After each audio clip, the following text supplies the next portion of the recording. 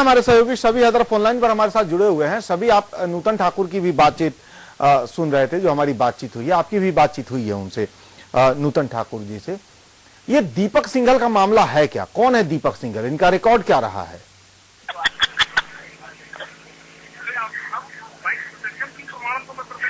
शबी, आप हमें सुन पा रहे हैं? मुझे आपकी आवाज सुनाई दे रही है? हाँ, दीपक सिंघल का रिकॉर्ड क्या रहा है अब तक का? आसिफ, फिर से एक बार अपना सवाल रिपीट करिए। दीपक सिंघल का अब तक का रिकॉर्ड कैसा रहा है? देखिए, बात अगर दीपक सिंघल के हम रिकॉर्ड की बात करें, 1979 बैच के आईएएस अधिकारी हैं ये, और कई सारे महत्वपूर्ण विभागों के में ये तैनात रह चुके हैं और लगातार ये प्राइम पोस्टिंग पे है। यानी कि जो इनका कैलिबर है, जो इनका प्रोफाइल है, या इनका जो कैरेक्टर है, वो आप खुद इन्होंने जो है वो अपने खुद इनका बयान था कि साहब, मैं वैसा अधिकारी हूं जो लगातार 11 साल से मुख्य पदों के ऊपर बना हूं, सरकार चाहे किसी की भी हो। उत्तर प्रदेश में कुछ चुनिंदा ऐसे अधिकारी हैं जो हमेशा जो है वो सत्ता के केंद्र की ध्रुव बने रहते हैं। उनमें जो टॉप 3 अधिकारियों में नाम आता है तो उसमें दीपक सिंह आता है।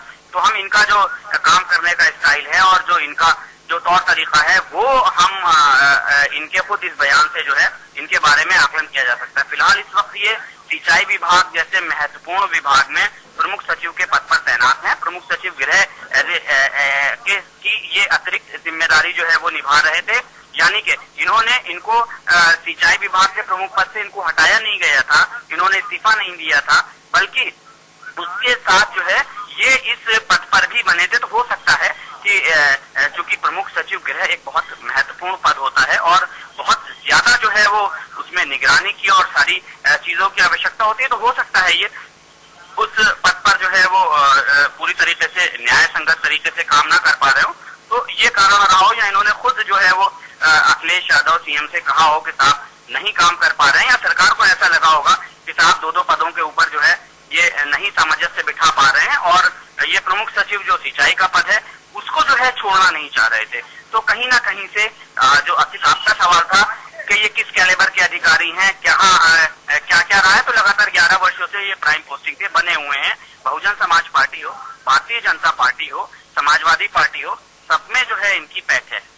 क्या कभी कोई दाग भी लगा है, विवादों में भी रहे हैं दीपक सिंघल? देखिए, सबसे बड़ा जो विवाद है वो आप देख सकते हैं, आपने खुद अभी टेप सुनाया है दर्शकों को, खुद यूट्यूब के ऊपर मौजूद है, तो इसको एक विवाद के रूप में देख सकते हैं। जिस तरीके से जब ये पूरा टेप लीक हुआ था और ये पूरा प्रकरण सामने आया था तो काफी हो हल्ला हुआ था। इसके पहले क्या कभी किसी तरह के आरोप लगे हैं इन पर?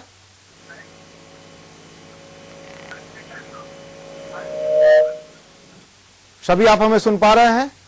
जी आसिफ, सवाल अपना जो है वो, इससे पहले भी दीपक सिंघल पर किसी तरह के कोई आरोप लगे हैं?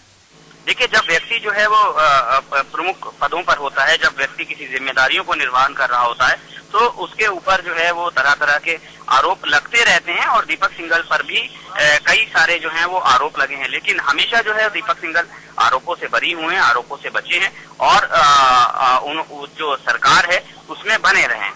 जी, बहुत बहुत शुक्रिया आपका शबी इस जानकारी के लिए। हमारे सहयोगी शबी हैदर फोन लाइन पर हमारे साथ। एक बार फिर हम दर्शकों को सुनाते हैं कि आखिर उस बातचीत में है क्या। हेलो, नमस्कार सर, दीपक। हाँ बोलिए सर, वो तो हो गई थी मीटिंग सर, अच्छा शुगर वाली, हाँ। वो हो गई सर, सब क्लियर हो गया। बहुत बहुत धन्यवाद। नहीं सर, वो बस एवरीथिंग इज डन। बहुत बहुत धन्यवाद सर। और दूसरा सर, वो उसका भी सब काफी डिस्कशन आज हो गए, जो इन्वेस्टमेंट बोर्ड वाले थे, हाँ। जो आपने लिखे थे 12-13 पॉइंट्स, उसके बारे में काफी डिस्कशन चीफ सेक्रेटरी सामने आज हो गए।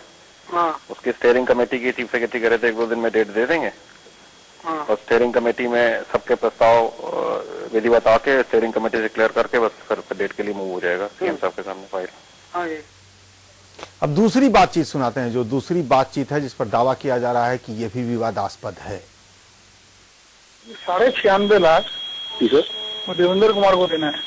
हाँ देवेंद्र, ठीक है सर। 96, आप उनका नंबर दें आपको? तो बस है सर, उनका नंबर आरडीओ वाले मेरे पास है। हाँ, आरडीए वाले हैं।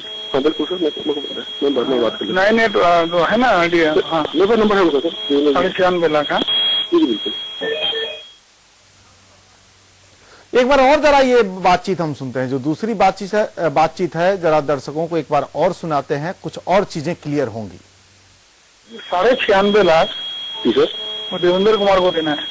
हाँ देवेंद्र, ठीक है सर। 96 आप उनका नंबर दें आपको? तो बस सर उनका नंबर आरडीए वाले मेरे पास है। हाँ आरडीए वाले हैं।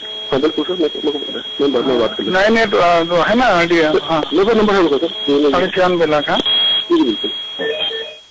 सवाल 96.5 लाख का है तो एक आईएएस अधिकारी भला किसी को 96.5 लाख देगा क्यों? ये अपने आप में बड़ा सवाल है। वो अमर सिंह ये कहेंगे क्यों किसी अधिकारी को कि वो 96.5 लाख रुपए किसी को दे?